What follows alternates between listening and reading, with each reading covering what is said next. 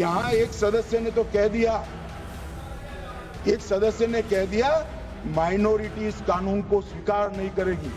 क्या धमकाना चाहते हो भाई? संसद का कानून है, सबको स्वीकार करना पड़ेगा। मैं गांधी की तरह इस कानून को फाड़ता हूं। ये अनकॉन्स्टिट्यूशनल है सर। इस देश में झगड़े पैदा करने का काम बीजेपी करना चाहती है। तो ये जो बात कह रहे कि ये बिल असंवैधानिक है, असंवैधानिक काम तो उन्होंने किया है जो बिल फाड़ने का काम किया है। आज मैं पूछना चाहता हूँ, आज किस लिए बिल फाड़ दिया? हम इस देश के दुश्मन नहीं, हम इस देश में नौकर भी नहीं है, हम इस देश के मालिक हैं। सर बेट द्वारका के 2 द्वीपों पर दावा ठोक दिया है। क्या भगवान कृष्ण से पहले इस्लाम धर्म आ गया था क्या? भारतीय जनता पार्टी के अंदर मुकाबला चल रहा है कि खराब हिंदू कौन बड़ा है। मैं इस्लामिक देशों का नाम पढ़ूंगा जहां वक्त का वजूद नहीं है, तुर्की में नहीं है, लीबिया में नहीं है, इजिप्ट में नहीं है, सूडान में नहीं है, लेबनान में नहीं है, सीरिया में नहीं है, जॉर्डन में नहीं है, तुनीसिया में नहीं है, इराक में नहीं है। क्या आपको पता है कहां इनकी डबल इंजन की सरकार ने लोगों को रास्ते पे ईद का नमाज भी पढ़ने नहीं दिया? और ये बात करेंगे कोई भी फैसला मान्यवर कायदे की कोर्ट से बाहर कैसे हो सकता है? कोई भी फैसला हो, ये देश की अदालत वो फैसले तक रुचि नहीं रखेगी। नागरिक ग्रीवेंसेस लेकर कहां जाएंगे? जिसकी भूमि हड़प कर ली गई वो कहां जाएगा? ऐसा नहीं चलेगा। आपकी वोट बैंक के लिए आपने किया था, हम खारिज कर रहे हैं, ऐसा नहीं चलेगा। अदालत में जाइए, जिसको ग्रीवेंसेस है इधर और साइड से, और अदालत न्याय करेगी। न्याय के लिए तो अदालतें बनी हैं। और मान्यवर, यहां एक सदस्य ने तो कह दिया माइनॉरिटी इस कानून को स्वीकार नहीं करेगी। क्या धमकाना चाहते हो भाई?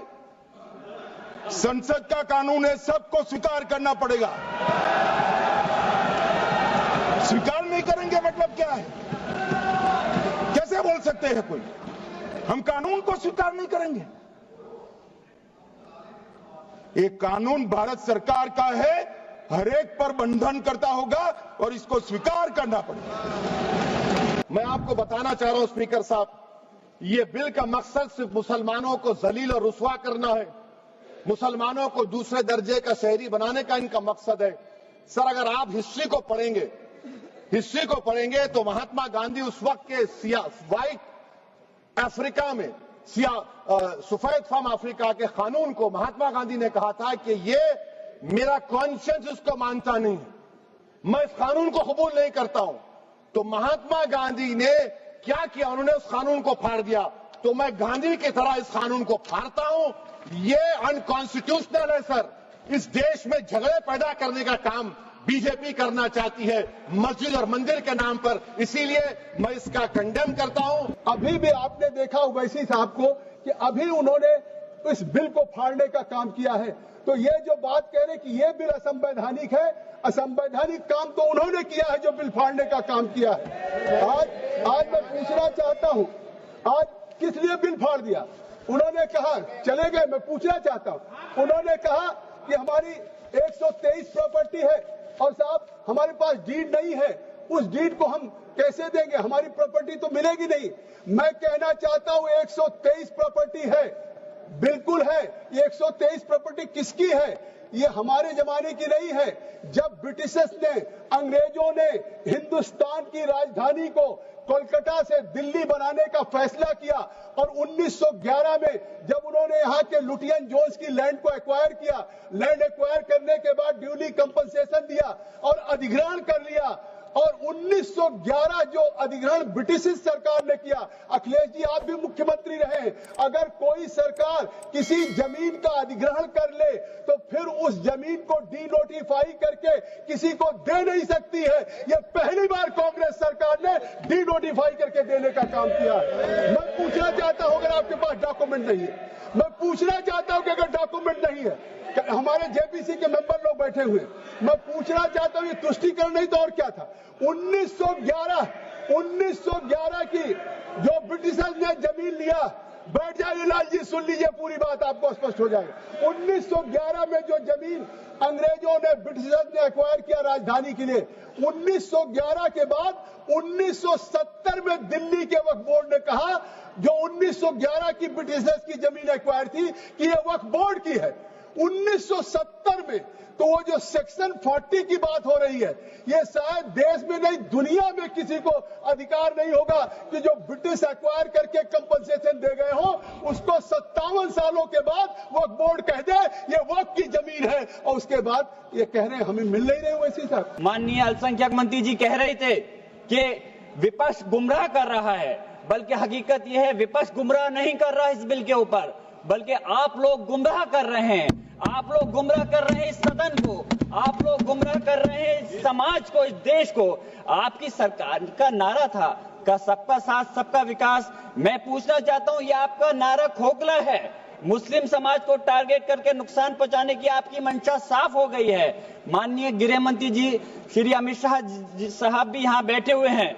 मैं कहना चाहता हूं कि माननीय अल्पसंख्यक मंत्री जी कह रहे थे कि जब वो चुनाव में गए थे तो उनसे कहा गया कि वक्फ बिल को लेकर के आया जाए, इसलिए लाए हैं। तो चुनाव के समय तो उनसे ये भी कहा गया था कि 2 करोड़ रोजगार दिया जाए, महंगाई कम की जाए, भ्रष्टाचार कम किया जाए।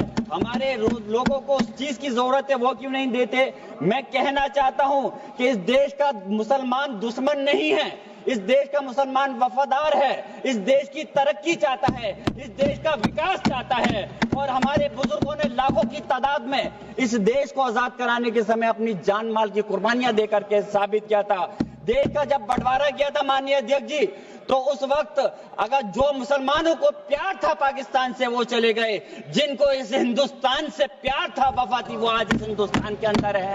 हम इस देश के दुश्मन नहीं, हम इस देश में नौकर भी नहीं हैं, हम इस देश के मालिक हैं। और हम चाहते हैं कि सब लोग मिलकर के, सारे धर्मों के लोग मिलकर के इस देश की तरक्की की बात करें। सर, बेट द्वारका के 2 द्वीपों पर दावा ठोक दिया है।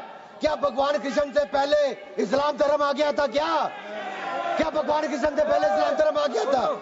सर, यही नहीं, कल क्या आनंद भवन और नेशनल हेरिटेज पर आकर मैंने अभी बार सुना था कि आनंद भवन और नेशनल हेरिटेज पर वक्फ बोर्ड अपना दावा ठोकने वाले हैं, तो दे दोगे क्या?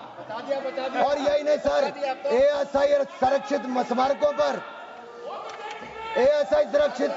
पर भी सर यही नहीं सर, कर्नाटक में 53 ऐतिहासिक स्मारकों को वक्फ संपत्ति घोषित कर दिया है। अध्यक्ष महोदय, मैं कहना चाहता हूं, ये जो बिल लाया जा रहा है, भारतीय जनता पार्टी में एक मुकाबला चल रहा है।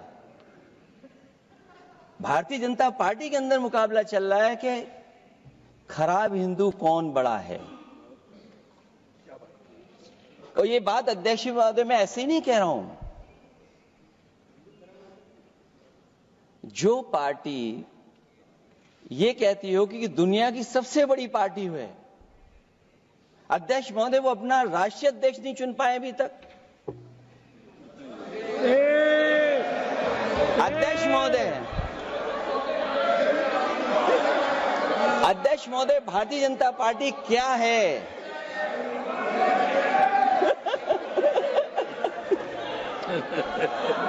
जी, मैं अखिलेश जी ने बहुत हंसते हंसते कहा है, इसको हंसते हंसते जवाब देना। इस सामने जितनी पार्टियां हैं उनका राष्ट्रीय अध्यक्ष उन 5 लोगों को ही चुनना है परिवार के। हमें माननीय अध्यक्ष जी करोड़ों सदस्यों में से 12-13 करोड़ सदस्य प्रक्रिया कर कर चुनना है तो देर लगती है। आपके यहां जरा भी देर नहीं लगेगी। मैं कह देता हूं अभी 25 साल तक आप अध्यक्ष हो जाओ, नहीं बदल सकता।